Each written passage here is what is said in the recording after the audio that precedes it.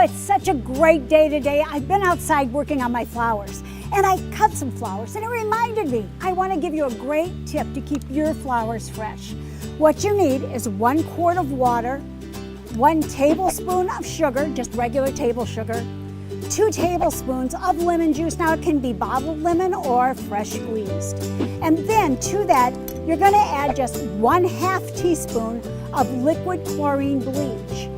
Now, liquid chlorine bleach will keep the flowers from developing mold and bacteria and rotting and dying.